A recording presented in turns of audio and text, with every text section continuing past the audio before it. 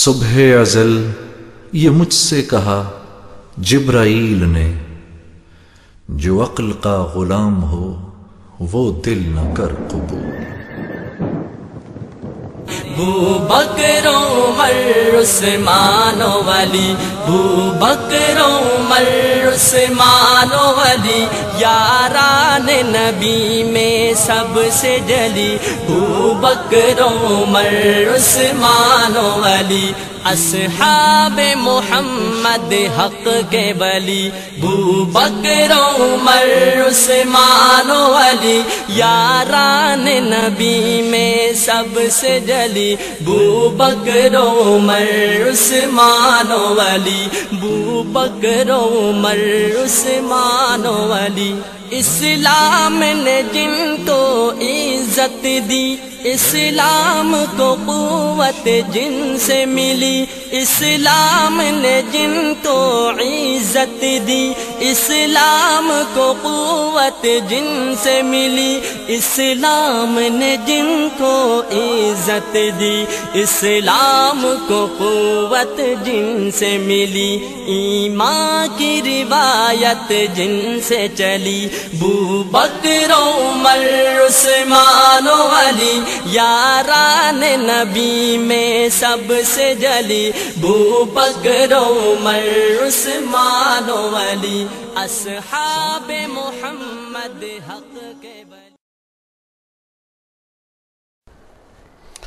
اعوذ باللہ من الشیطان الرجیم، بسم اللہ الرحمن الرحیم، نحمد و نصلی علی رسولہ الکریم، اما بعد۔ معزز سامعین، السلام علیکم ورحمۃ اللہ وبرکاتہ۔ حمد و ثنا رب ذوالجلال کے لیے جو تخت عظمت جلال پر ہمیشہ سے متمکن ہے اور ہمیشہ رہے گا۔ اس کی قدرت کاملہ یہ کہ سیاہ پہاڑ پر چلنے والی سیاہ چوٹی کو سیاہ رات میں دیکھتا اور اس کی آہٹ کو سنتا ہے۔ وہ ایسا باجبروت خدا ہے کہ سمندروں میں مد و جزر کا پیدا کرنے والا، رات اور دن کا بنانے والا، خزاں و قدر کا مالک و مختار ہے۔ عزت اور ذلت کا دینے والا وہی پروردگار ہے۔ زندگی اور موت اسی کے ہاتھ ہے۔ ہم اسی کی حمد و ستائش بیان کرتے ہیں، اسی کی بڑائی کرا کے لاپتے ہیں کہ اس خلاق اکبر نے جو عظیم احسان ہم پر کیا وہ یہی کہ امت محمدیہ میں پیدا فرمایا اور خود اس امت کی تعریف فرمائی کہ تم بہترین امت ہو، لوگوں کو برائیوں سے روکتے ہو، بھلائیوں کی طرف بلاتے ہو۔ درود و سلام سید العرب والعجم جمیل الشیم صاحب الجود والکرم صلی اللہ علیہ وسلم کی ذات اقدس پر کہ جس ذات گرامی نے عرب کے بدووں اور خانہ بدوشوں کو تاریخ انسانی کے کاروان کا سالار بنا دیا۔ صحابہ کرام جن کی زندگی کے واقعات آپ سماعت فرما رہے ہیں، حضرت عبد الرحمن بن عوف جن کا تعلق قبیلہ بنو زہرہ سے تھا، جن کے تعلق سے آپ نے سنا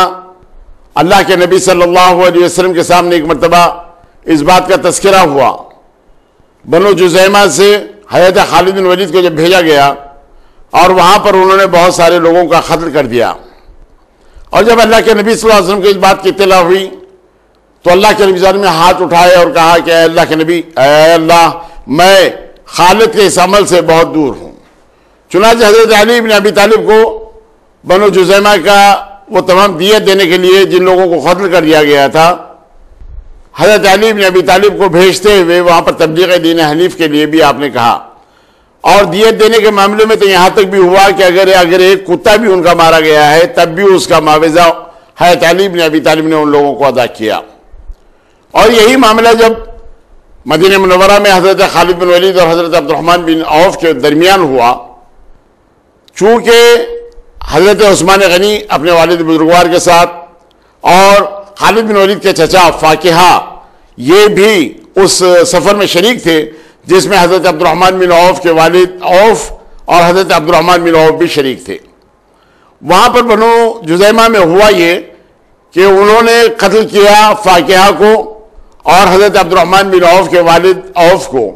تو حضرت عبد الرحمن بن عوف نے بڑھ کر اپنے والد کے قاتل کو قتل کر دیا، اس لیے کہ بہادر اور شجاع تھے۔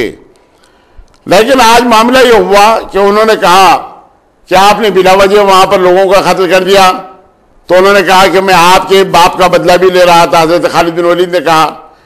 تو اس وقت آپ نے کہا کہ میں تو اپنے باپ کا بدلہ اسی دن لے لیا جس دن میرے باپ کو قتل کیا گیا، میں قاتل کو ختم کر دیا۔ اس انداز سے گفتگو کے اندر تھوڑا معاملہ تیز ہوا۔ اور یہ دونوں میں چشمک چلی، اور اس بات کی اطلاع جب اللہ کے نبی صلی اللہ علیہ وسلم کے سامنے آئی تو حضور اقدس صلی اللہ علیہ وسلم نے حضرت خالد بن ولید کو ٹوکتے ہوئے کہا کہ اے خالد، میرے ان صحابہ کے منہ نہ لگنا، یہ سابقون الاولون میں ہے، اگر تم احد پہاڑ کے برابر بھی اگر سونا خیرات کر دو تب بھی تم ان کی برابری نہیں کر سکتے، یہ وہ صحابہ ہیں۔ تو چنانچہ حضرت عبد الرحمن بن عوف کا جو مقام اور مرتبہ تھا،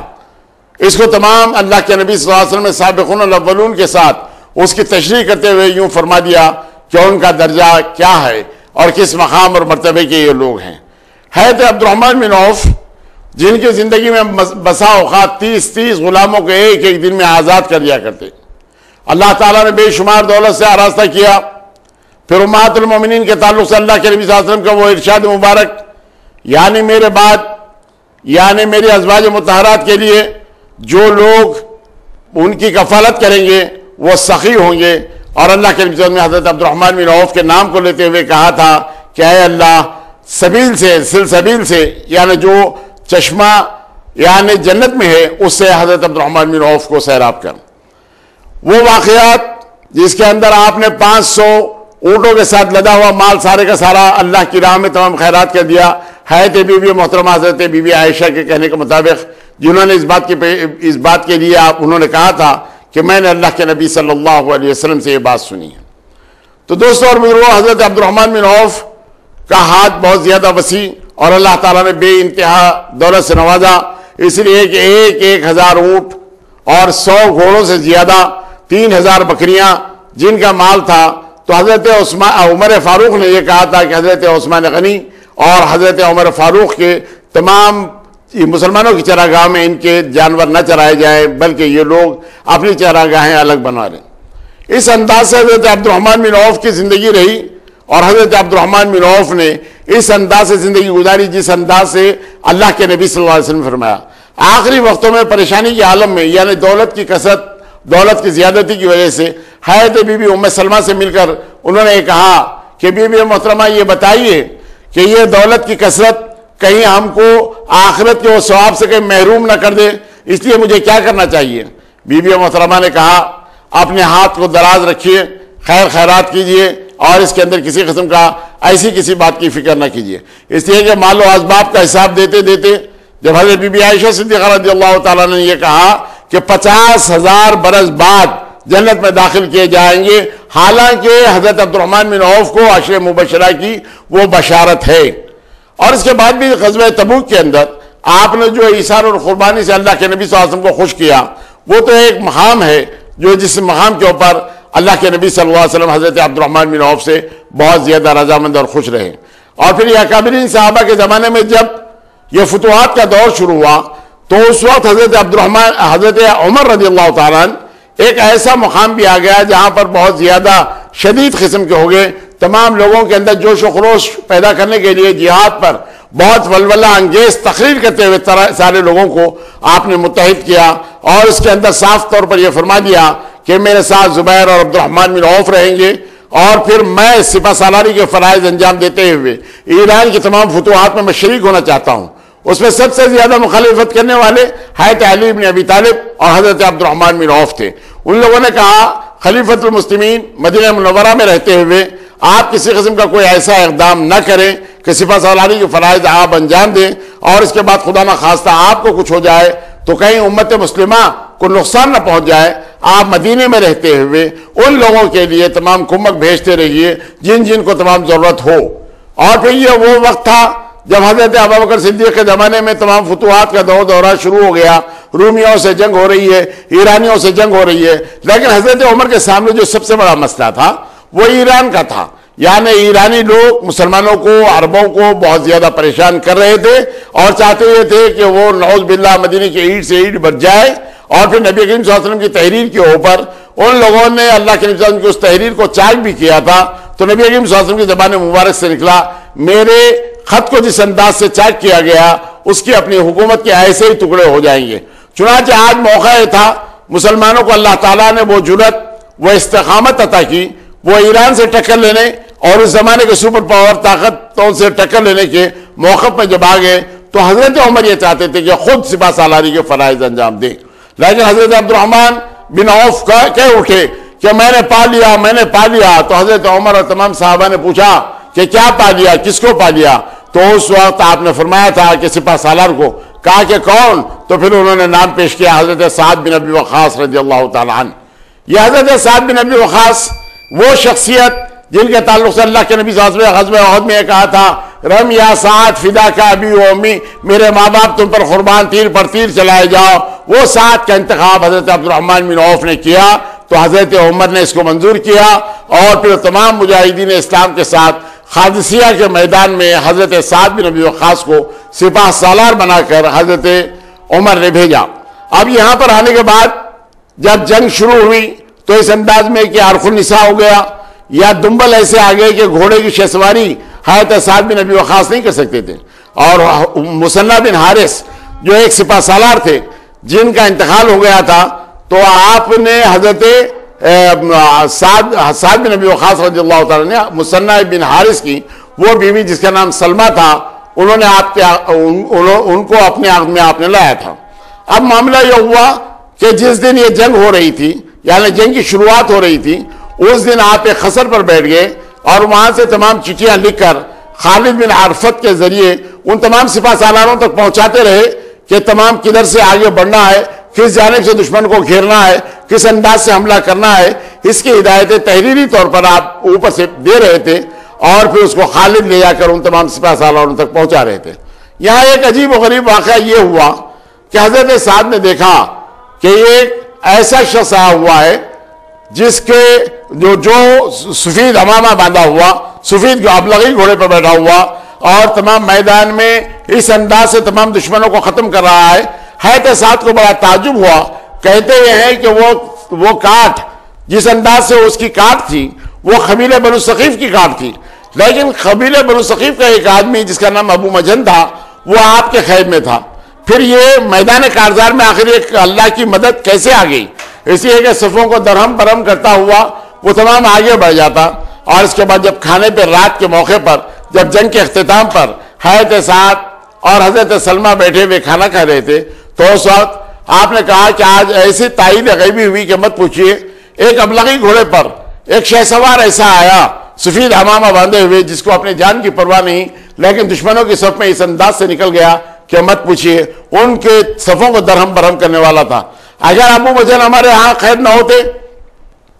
تو میں یہ سمجھتا کہ وہ قبیلہ بنو ثقیف کی کاٹ ہے. تو ابھی بھی یہ محترمہ ہنسنے لگی، پوچھا کہ کیا بات ہے؟ تو کہا کہ ابو مجن نے کچھ ایسے اشعار میرے سامنے سنائے کہ میرا دل اپج گیا، اور انہوں نے یہ وعدہ کیا اگر میں میدان کارزار سے زندہ بچ گیا تو آ کے اپنی ہتھ گھڑیاں خود پہن لوں گا، اور اگر میں شہید ہو گیا تو سعد بن ابی وقاص سے میری شہادت کے بارے میں بتا دینا. میں اپنے آپ پر قابو نہ پا سکی، آپ کے گھوڑے کو، آپ کی تمام لباس کو ان کو دے دیا، اور وہ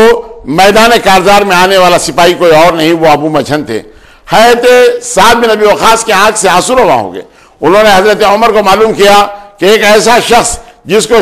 شراب کی علت کے اندر قید کیا گیا، لیکن آج میدان کارزار میں اپنی جوانمردی کے وہ جوہر دکھایا جس کے تعلق سے تمام کے تمام لوگ ششدر رہ گئے، اور تمام کے تمام لوگ یہ دیکھتے رہے کہ اس جری انسان کو اپنے جان کی پرواہ نہیں بلکہ مسلمانوں کی فتح و کامرانی کے لیے جن کی تلوار چلتی رہی. حضرت عمر نے کہا کہ ان سے صرف وعدہ لے کر ان کو آزاد کر دیا جائے، ان پر کسی قسم کی حد جاری نہ کی جائے. یہ حضرت عمر نے ان سے کہا، اور اس کے بعد دیکھنے والی نگاہوں نے دیکھا کہ ابو مجن نے پھر کبھی شراب کو ہاتھ نہیں لگا. ان کا انتخاب کرنے والے حضرت عبد الرحمن بن عوف ہیں. حضرت عبد الرحمن بن عوف اپنی زندگی میں بڑے کارنامے انجام دیے. میدان کارزار کے اندر بارہا آپ جاتے رہے. حضرت عمر رضی اللہ تعالیٰ جب خلیفہ بن گئے تو سب سے پہلے امیر حج بنائے گئے، یعنی امیر حج بن کر حضرت عبد الرحمن بن عوف نے تمام مسلمانوں کو حج کروایا، جس کے اندر حضرت عثمان غنی اور حضرت عمر نے بھی اپنے اپنے تمام اونٹ بھیجے تھے.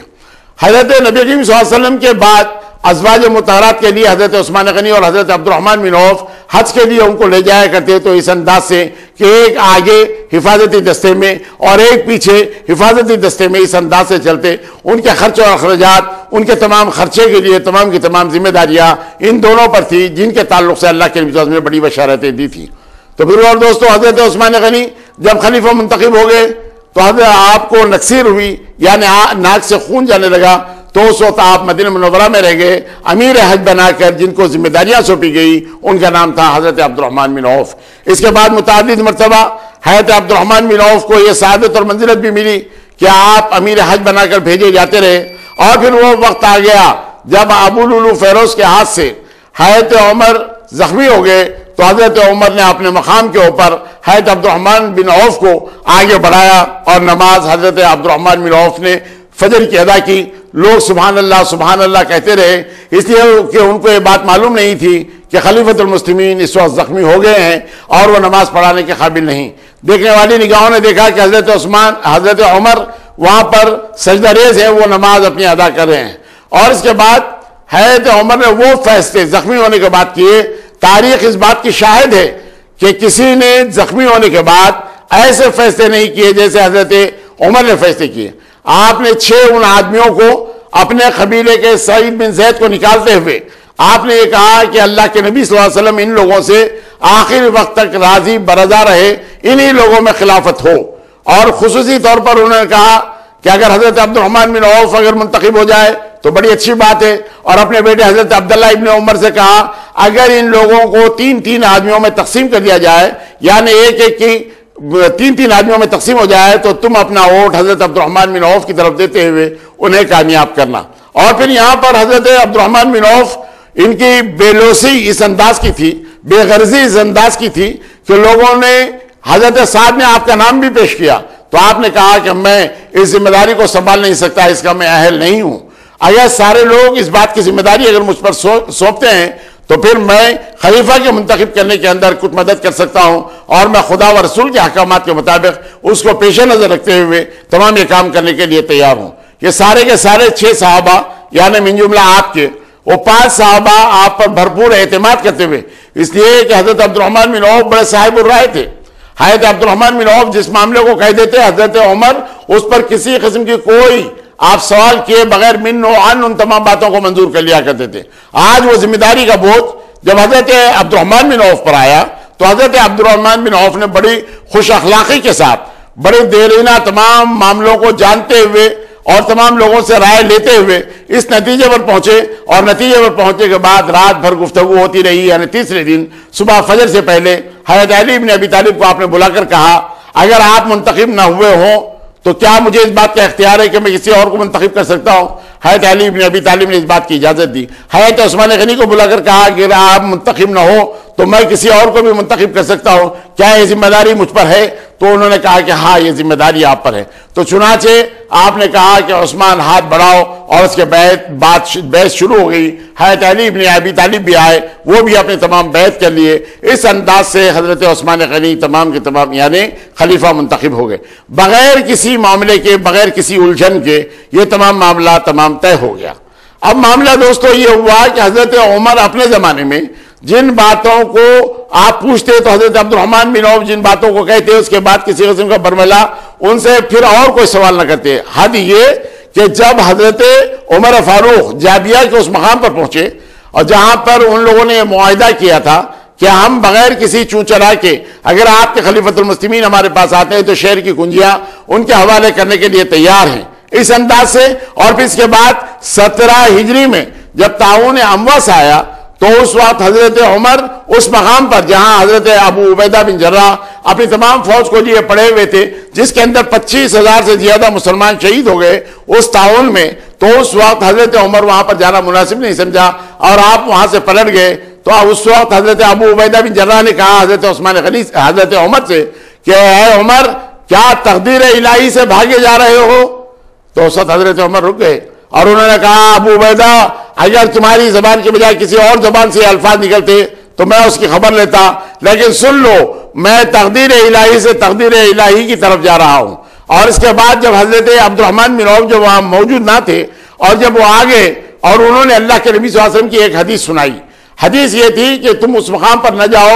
جہاں پر بیماری کا زور ہے، اور اگر وہاں پر نہیں گئے تو آپ اس سے جانے سے رک جاؤ، اور جہاں پر آپ ہیں وہاں اگر بیماری کا زور ہو گیا ہے تو وہاں سے نہ نکلو۔ حضرت عمر نے اللہ کی بارگاہ میں شکر ادا کیا، اس لیے کہ اس مقام پر پہنچنے سے پہلے آپ پلٹ گئے تھے، اور حضرت عبد الرحمن بن عوف کی زبان سے جب یہ حدیث آپ نے سنی تو اس کے بعد بڑے خوشی خوشی مدینہ منورہ آ گئے۔ لیکن مدینہ منورہ آنے کے بعد بھی حضرت ابو عبیدہ بن جراح کو اپنے پاس بلانا چاہا تو حضرت ابو عبیدہ بن جراح نے کہا میں مسلمانوں کو اس بیماری کی حالت میں چھوڑتے ہوئے میں تمہارے پاس آ نہیں سکتا، اس لیے انہوں نے ان کی بات کو رد کر دیا۔ حضرت عمر اس تحریر کو دیکھنے کے بعد رونے لگے، لیکن پھر ہدایتیں دی کہ کسی خشک مقام پر لے جاؤ جہاں پر نرمیاں تری نہ ہو جس سے بیماری کا زیادہ زور بڑھ جائے۔ چنانچہ حضرت ابو عبیدہ بن جراح نے اپنی تمام فوج کو لیے ہوئے آپ آگے بڑھ گئے، لیکن بارگاہ خداوندی میں جب آپ دعا کیے تو اس بیماری کے اندر خود وہ شریک ہو گئے اور اس کے بعد ہی ان کی شہادت اس انداز سے ہوگی۔ معاذ بن جبل کو آپ نے اپنا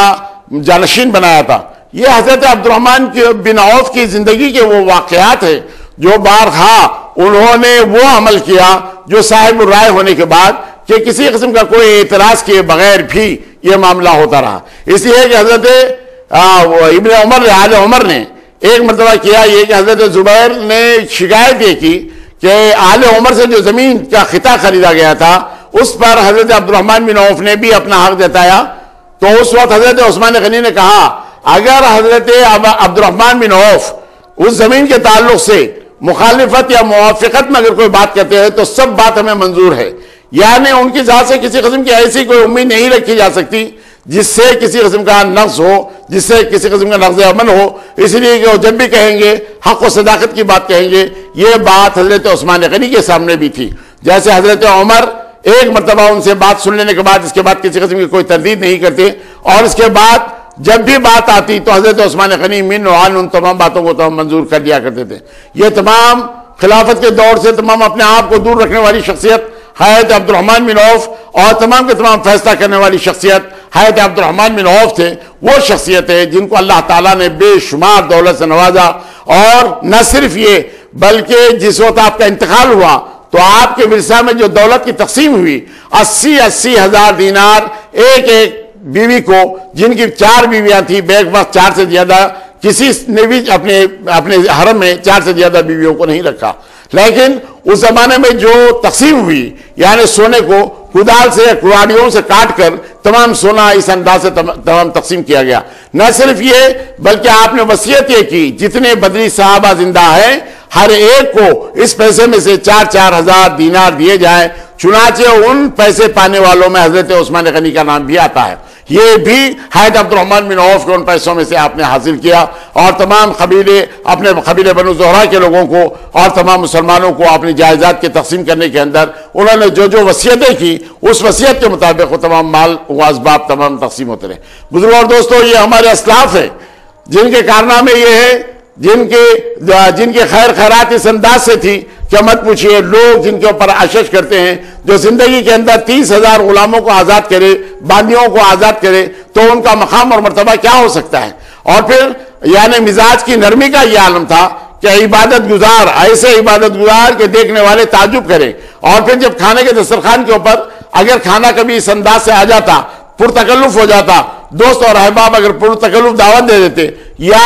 کسی رشتہ دار کے پاس جاتے اور اگر کوئی پرتکلف معاملہ ہوتا تو اس وقت روتے روتے آنکھیں رن جاتی اور زبان مبارک سے یہ الفاظ نکلتے کہ اللہ کے نبی صلی اللہ علیہ وسلم کے حیات طیبہ میں پیٹ بھر جو کی روٹی بھی اللہ کے نبی صلی اللہ علیہ وسلم نے کبھی نوش نہیں فرمایا، اور دولت اور ہمارے سامنے اس قسم کے اقصائے عالم کے تمام نعمتوں سے ہمارے سامنے آ گئی ہیں۔ اس انداز سے روتے ہوئے رنتے ہوئے ان تمام باتوں کو آپ رد کر دیتے، بلکہ کھانا اس وقت آپ سے نہیں کھایا جاتا۔ بسا اوقات ایسا بھی ہوا آپ نے حوالہ دیا حضرت مصعب بن عمیر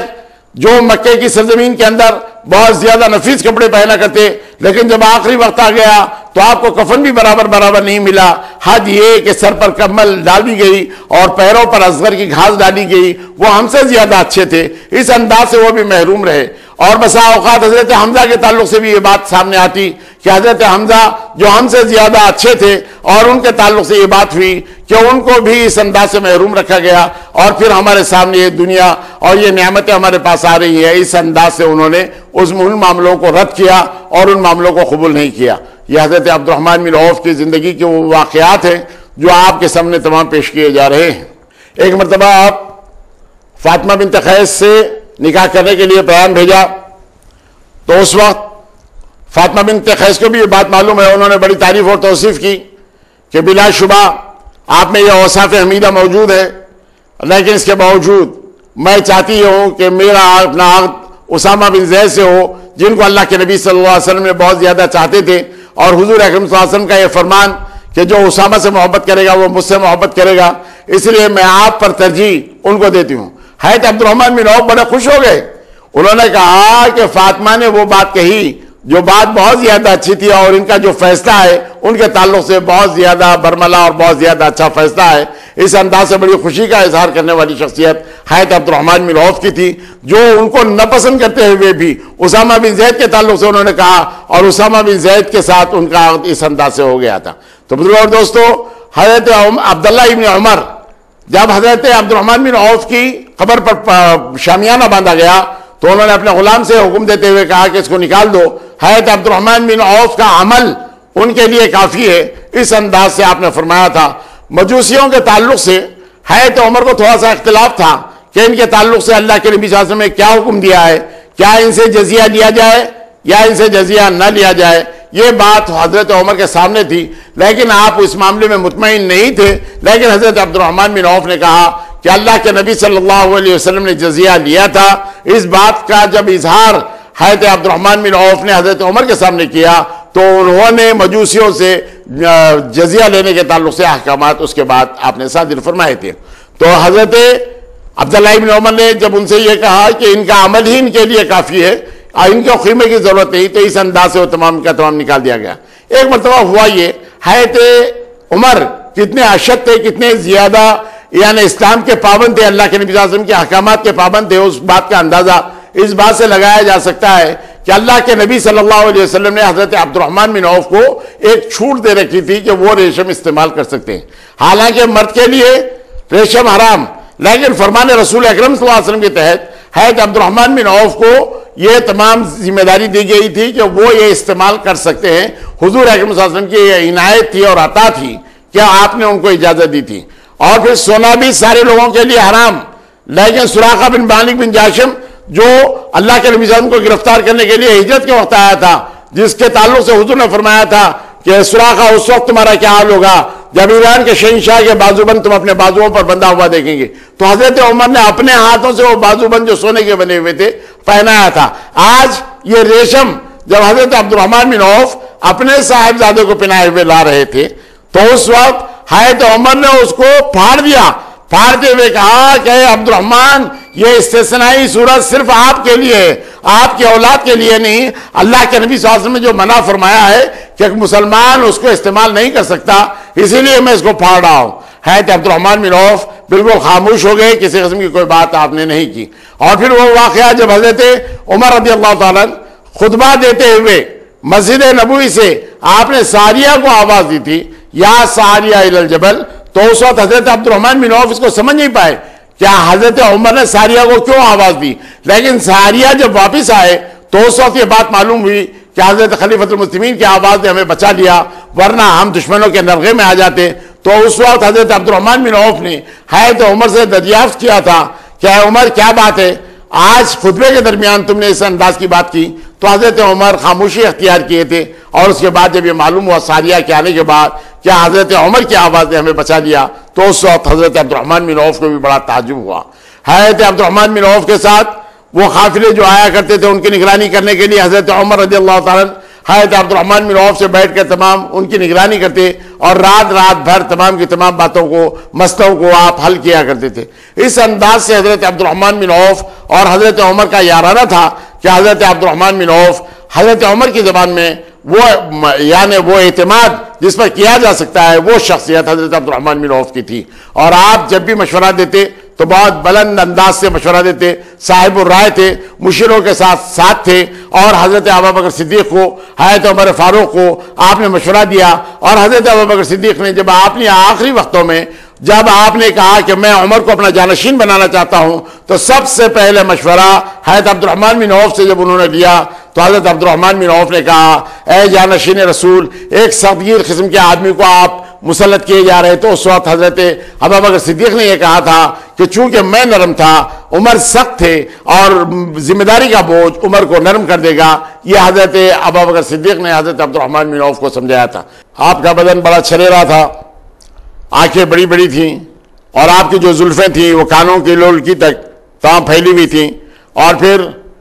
ناک بہت اونچی تھی، اور ایک روایت میں تو آیا ہے کہ کچھ ناک دبی ہوئی بھی تھی، رنگ گورا اور چٹا تھا اس انداز کا کہ مت پوچھئے، اور ریش جو داڑھی تھی بہت زیادہ گھنی تھی۔ اس انداز سے حضرت عبد الرحمن بلند اور بالا تھے، دیکھنے والی شخصیتوں پر بھی رعب پڑتا اور پھر آپ کو دیکھنے والا متاثر ہوتا۔ تو بزرگوں اور دوستو، یہ حضرت عبد الرحمن بن عوف کے وہ واقعات زندگی ہے۔ کہتے یہ ہیں کہ 72 سال کی عمر تھی جس وقت آپ کا انتقال ہو گیا، اور حضرت عثمان غنی نے آپ کی نماز جنازہ پڑھائی اور بقی کے قبرستان میں آپ کی تدفین عمل میں آئی۔ اس انداز سے حضرت عبد الرحمن بن عوف جو عشر مبشرہ کے صحابی ہیں اس دار فانی سے کوچ کرتے ہیں۔ اللہ کی بارگاہ میں دعا ہے کہ پروردگار عالم ہمارے گناہوں کو معاف فرما دے، ہمارے اسلاف کے جو کارنامے ہم سن رہے ہیں اس پر ہم کو عمل کرنے کی توفیق عطا فرما، ہمارے مرحومین کی مغفرت فرما۔ وآخر دعوانا الحمدللہ رب العالمین۔